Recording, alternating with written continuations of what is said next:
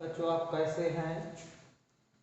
हम अपने वीडियो के साथ आपके भविष्य की उज्जवल कामना करते हैं। लॉकडाउन के समय आप घर में ही रहें और सुरक्षित रहें। आज हम वैद्युत क्षेत्र में चलते हैं। इलेक्ट्रिक फील्ड,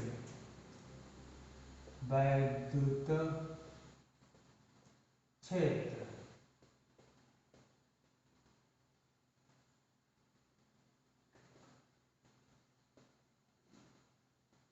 इलेक्ट्रिक फील्ड, वैद्युत क्षेत्र से अनुभव होता है कि अर्थात जब किसी आवेश के कारण किसी स्थान पर कोई ना कोई बल का अनुभव किया जाए, वह एक प्रकार का वैद्युत बल होता है। अर्थात जो उत्पन्न होगा वो एक प्रकार का वैद्युत बल होगा। यह वैद्युत बल जिस क्षेत्र में होगा उसे क्या कहेंगे? वैद्युत क्षेत्र। तो इसकी वास्तविक परिभाषा क्या है? किसी आवेश अथवा आवेशों के समूह के चारों ओर, किसी आवेश या आवेशों के समूह के चारों ओर वह क्षेत्र जहां पर कोई दूसरा आवेश लाए जाने पर आकर्षण अथवा प्रतिकर्षण बल का अनुभव करता है, उस क्षेत्र को वैद्युत क्षेत्र कहते हैं। क्या परिभाषा बताई गई? किसी आवेश या आवेशों के समूह जिसके पास कोई दूसरा आवेश लाए जाने पर आकर्षण अथवा प्रतिकर्षण बल का अनुभव करता है, वैद्युत क्षेत्र कहलाता है। आई समझ में? परिभाषा: किसी आवेश या आवेशों के समूह के चारों ओर का वह क्षेत्र जहां पर दूसरा आवेश लाए जाने पर आकर्षण अथवा प्रतिकर्षण बल का अनुभव करता है, वैद्युत क्षेत्र कहलाता है। अब हमें यहाँ पर वैद्युत क्षेत्र के आधार पर हम वैद्युत बल रेखाओं पे चलना है। किस पे चलना है? वैद्युत बल रेखाएं। वैद्युत बल रेखाएं क्या है? तो हम चलते हैं वैद्युत बल रेखाएं। अब हमें वैद्युत बल रेखाओं का मतलब इलेक्ट्रिक लाइंस ऑफ फोर्स,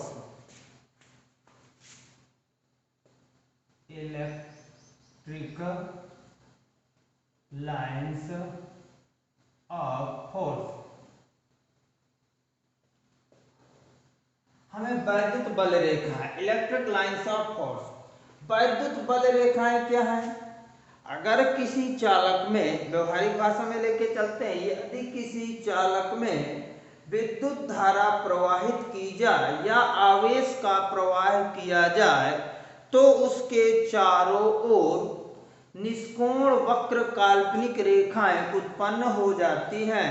कौन सी? निष्कोण वक्र काल्पनिक रेखाएं, अर्थात जिसमें कोण भी निश्चित नहीं होता और ये काल्पनिक रेखाएं दिखाई नहीं देती, केवल इनका अनुभव किया जा सकता है। तो परिभाषा क्या आएगी? वैद्युत बल रेखाएं वैद्युत क्षेत्र में खींची गई निष्कोण वक्र काल्पनिक रेखाएं होती हैं जो धन आवेश से ऋण आवेश की ओर जाती हैं। अर्थात धन आवेश से निकलती हैं और ऋण आवेश पर पहुंचती हैं। तो हम इसको समझते हैं, यह हमारे पास धन है और यह हमारे पास ऋण। धन से निकलेंगी,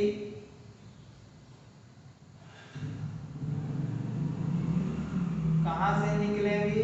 धन आवेश से निकलेंगी और किस पर जाएंगी?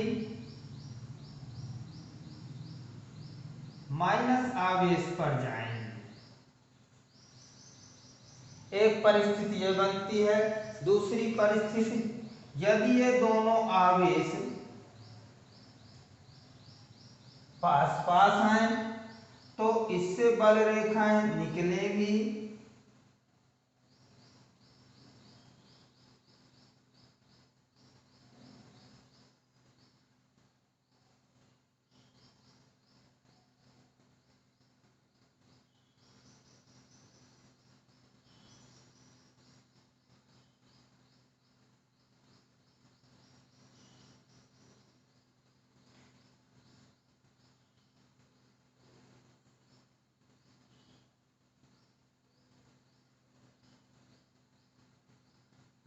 क्या है समझ में?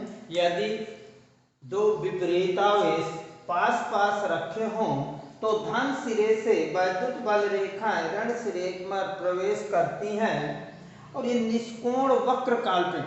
क्या इन सभी रेखाओं का कोण निश्चित है? नहीं है, जिस कारण इसको निष्कोण कहा गया। काल्पनिक रेखाएं अर्थात इनकी कल्पना की जा सकती है, दिखाई नहीं देती, केवल हम इसका अनुभव कर सकते हैं, इस वजह से इसको काल्पनिक रेखा है।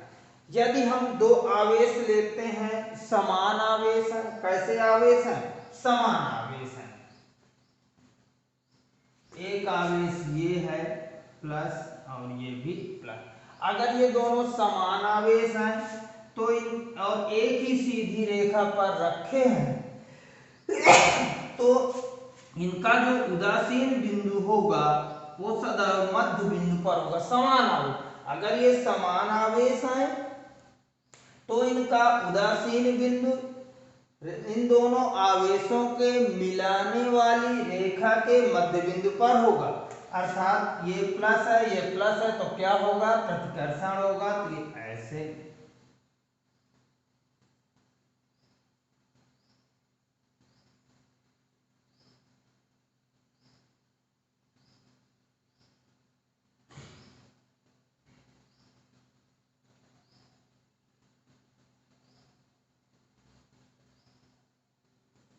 ये हमारी वैद्युत बल रेखाओं की दिशाएं हैं।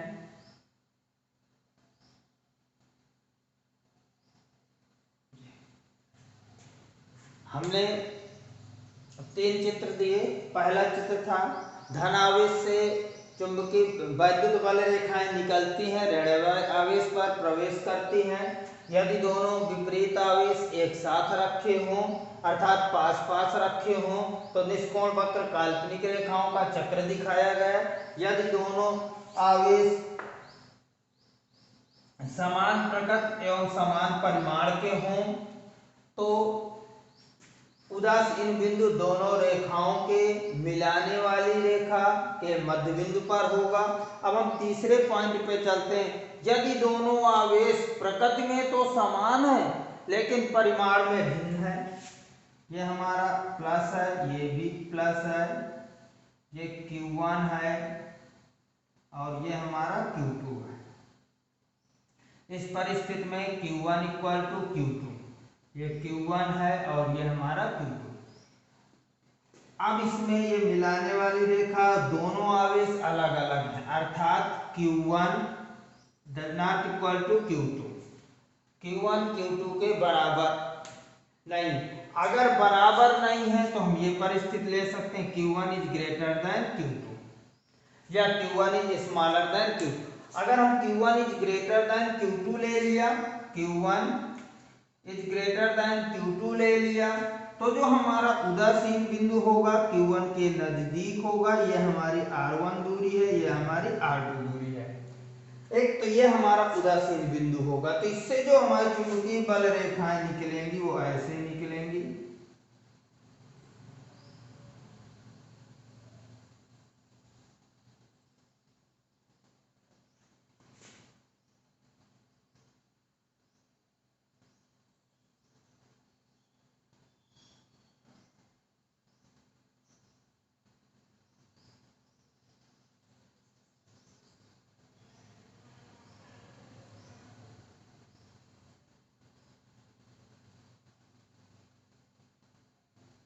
ये हमारे पास 3 परिस्थितियां हैं जो मुख्य हैं। ये Q1 does not equal to Q2, Q1 is greater than Q2 तो हमारा उदासीन बिंदु यहाँ पर होगा। इसकी Q1 से दूरी उदासीन बिंदु की R1 और Q2 से दूरी R2। तो इसमें हम कूलाम के नियम के द्वारा अगर हम संबंध निकालते हैं आवेशों और उनके बीच की दूरियों में तो हमारा आएगा इसी का हमारे पास संबंध आएगा Q1 अपान R1 स्क्वायर बराबर Q2 अपान R2 स्क्वायर। इसको हम लिख सकते हैं Q1 अपान Q2 R1 square upon R2 का होल स्क्वायर। इसको हम दूसरे प्रकार Q1 अपान Q2 R1 अपान R2 का होल स्क्वायर। यह न्यूमेरिकल में काम आएगा। यह सूत्र हमारे पास सबसे पहले हमने वैद्युत क्षेत्र पढ़ा। वैद्युत क्षेत्र क्या था? किसी वैद्युत आवेश अथवा आवेशों के समूह के चारों ओर का वह भाग जिसमें कोई दूसरा आवेश लाए जाने पर एक बल कोष्टक में आकर्षण अथवा प्रतिकर्षण बल का अनुभव करता है, वैद्युत क्षेत्र कहलाता है। फिर हमारे पास दूसरी है वैद्युत बल रेखाएं। वैद्युत बल रेखाएं क्या थी? वैद्युत क्षेत्र में खींची गई, वैद्युत क्षेत्र में खींची गई निष्कोण वक्र काल्पनिक रेखाएं, निष्कोण वक्र काल्पनिक रेखाएं जो ये हैं इनका कोण निश्चित नहीं है। वैद्युत क्षेत्र में खींची गई निष्कोण वक्र काल्पनिक रेखाएं वैद्युत बल रेखाएं कहलाती हैं।